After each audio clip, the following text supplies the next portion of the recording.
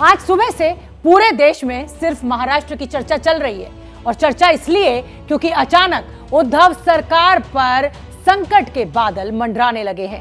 संकट इसलिए क्योंकि शिवसेना के 29 विधायक बागी हो गए हैं। बगावत की बागडोर शिवसेना के बेहद ताकतवर नेता एकनाथ शिंदे के हाथ में है। एकनाथ शिंदे की अगुवाई में शिवसेना के 29 विधायक महाराष्ट्र की लक्ष्मण रेखा से बहुत दूर गुजरात के सूरत में एक होटल में बैठे हुए हैं।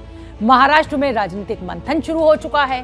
शिंदे को मनाने की कोशिशें भी चल रही हैं। आज भारत की बात में हम आपको दिखाने जा रहे हैं उद्धव सरकार को संकट में डालने वाले एकनाथ शिंदे की पूरी कहानी। ध्यान से देखिए।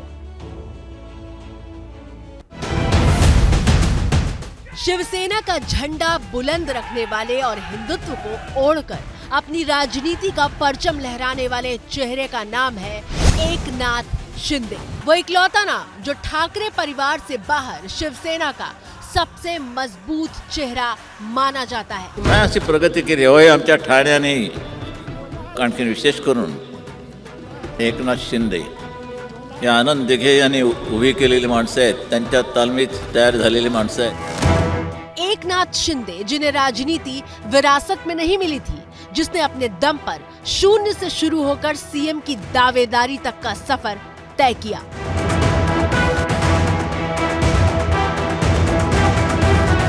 सीएम दावेदारी की बात इसलिए क्योंकि 3 साल पहले साल 2019 में एकनाथ शिंदे महाराष्ट्र के मुख्यमंत्री बनते बनते रह गए थे। अगर उद्धव ठाकरे महाराष्ट्र के मुख्यमंत्री की कुर्सी पर बैठने के लिए राजी ना हुए होते तो 59 साल के एकनाथ शिंदे का सीएम बनना तय था। लेकिन उद्धव सरकार पर संकट खड़ा कैसे हुआ? क्या एकनाथ शिंदे वाकई इतने ताकतवर है कि उनके एक इशारे पर उद्धव सरकार अल्पमत में आ सकती है?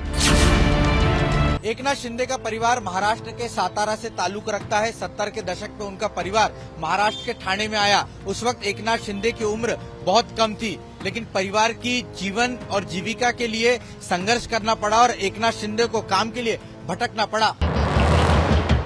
सबसे पहले एकनाथ शिंदे ने बियर बनाने वाली फैक्ट्री में काम किया। इसके बाद शिंदे ने घर चलाने के लिए ठाणे में ही ऑटो चलाने का काम किया।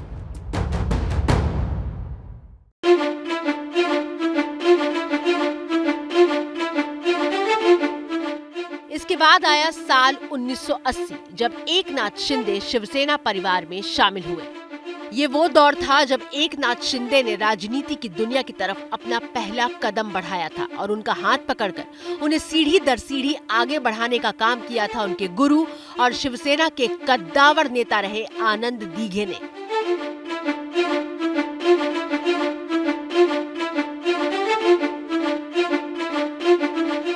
एकनाथ शिंदे ने आनंद दीघे को अपना आदर्श और अपना राजनीतिक गुरु माना।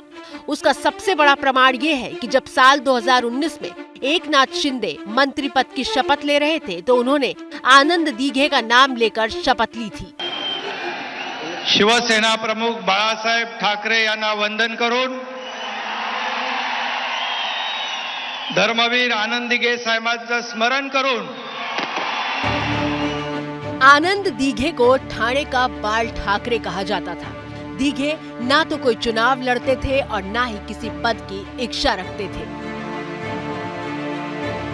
आनंद दीघे हिंदुत्ववादी नेता थे और धर्म को सर्वोपरि मानते थे।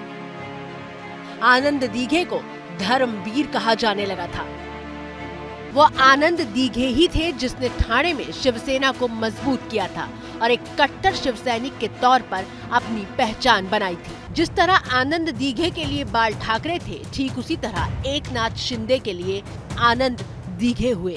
ठाणे जिले में आनंद दीघे की छवि भले ही एक दबंग नेता की थी, लेकिन उन्हें उतना ही दयालु और जनता की मदद करने वाला नेता माना जाता था।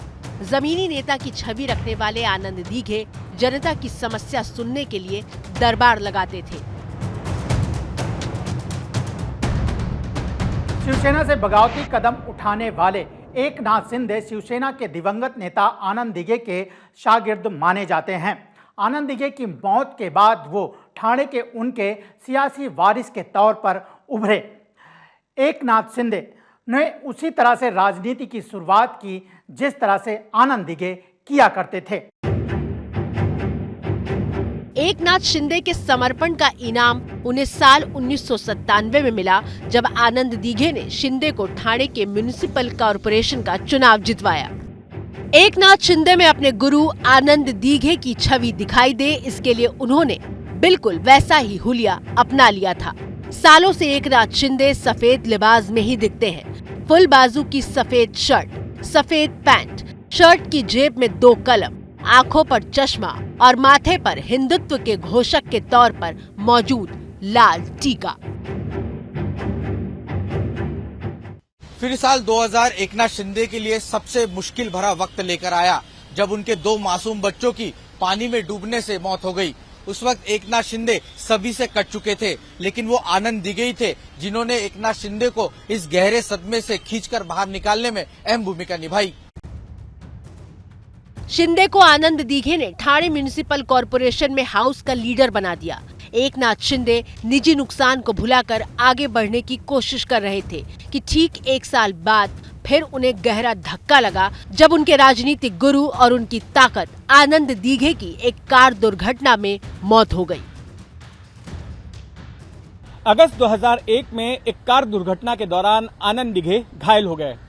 उन्हें ठाणे के सुनीति देवी सिंघानिया अस्पताल में भर्ती कराया गया। अस्पताल में भर्ती रहने के दौरान 26 अगस्त 2001 को आनंद दिघे का दिल का दौरा पड़ने से निधन हो गया, लेकिन शिवसैनिक इस बात को मानने के लिए तैयार नहीं थे। उनका यह आरोप था कि डॉक्टरों ने दिघे के इलाज में कोताही बरती। इसके बाद शिवसैनिकों ने उस पूरे अस्पताल को आग के हवाले कर दिया और वहां मौजूद मीडिया कर्मियों के साथ भी मारपीट की गई और उनके कैमरे जला दिए गए। 18 विधानसभा सीटों वाला ठाणे जिला आनंद दिघे की मौत के बाद खाली सा हो गया था और इस खाली जगह को भरने का काम किया एकनाथ शिंदे ने।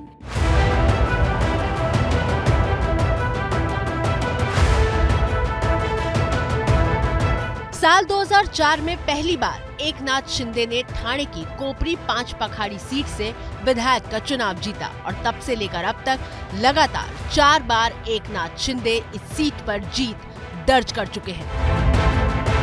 एकनाथ शिंदे की ठाणे जिले में मजबूत पकड़ के पीछे वजह है उनका लोगों के बीच मौजूद रहना। बाढ़ के वक्त फंसे हुए लोगों की मदद करना हो या फिर कोरोना काल की मुश्किल घड़ी, एकनाथ शिंदे हमेशा जनता के बीच दिखाई देते हैं।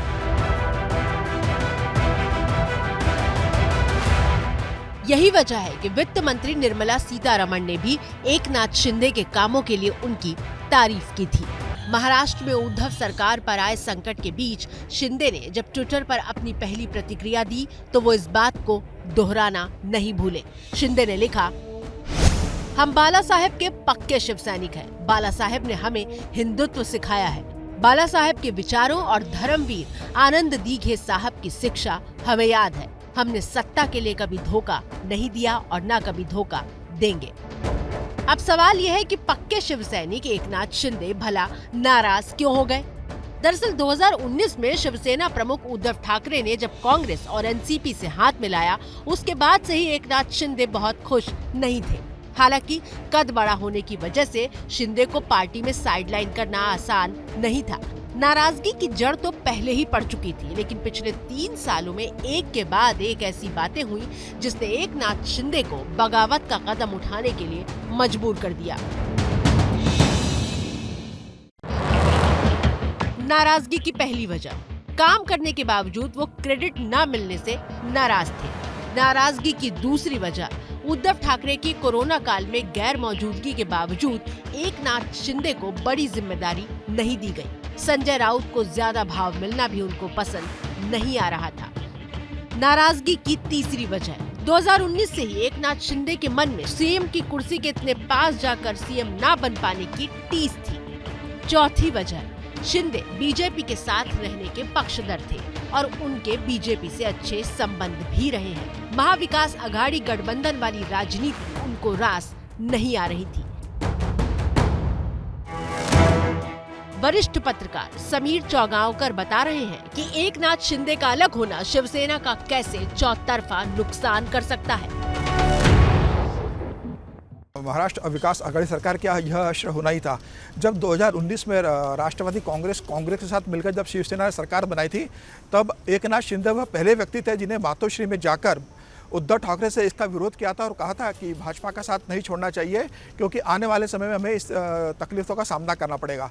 उद्धव ठाकरे नहीं माने थे। अब आप देखिए शिवसेना को कितने जगह तकलीफ होने वाली है। एकनाथ शिंदे का बेटा सांसद है, श्रीकांत शिंदे शिवसेना से सांसद है। एकनाथ शिंदे पार्टी छोड़ेंगे, लोकसभा में 3 सांसद शिवसेना के भाजपा के संपर्क में है। श्रीकांत शिंदे शिवसेना छोड़ के भाजपा का दामन थामेंगे। इसका बेनिफिट भाजपा को आने वाले राष्ट्रपति चुनाव में होगा। इसके अलावा मैं आपको बता दूं, बीएमसी के चुनाव भी ड्यू हैं। ठाणे म्यूनिसिपल कॉर्पोरेशन के चुनाव होने वाले हैं, तो शिवसेना को बीएमसी से भी हाथ धोना पड़ेगा। वृत्त मुंबई महानगर पालिका शिवसेना के हाथ से जाएगी, ठाणे म्यूनिसिपल कॉर्पोरेशन शिवसेना के हाथ से जाएगी, राज्य में सरकार शिवसेना के हाथ से जाएगी और लोकसभा में सांसदों की संख्या शिवसेना की आधी हो जाएगी। शिवसेना भी जानती है कि एकनाथ शिंदे का अलग होना बर्दाश्त नहीं किया जा सकता, लेकिन एकनाथ शिंदे तो बगावत का झंडा उठा चुके हैं और अचानक महाराष्ट्र से लेकर दिल्ली और गुजरात के एयरपोर्ट तक हलचल तेज हो चुकी है। अब आगे देखिए होता है क्या।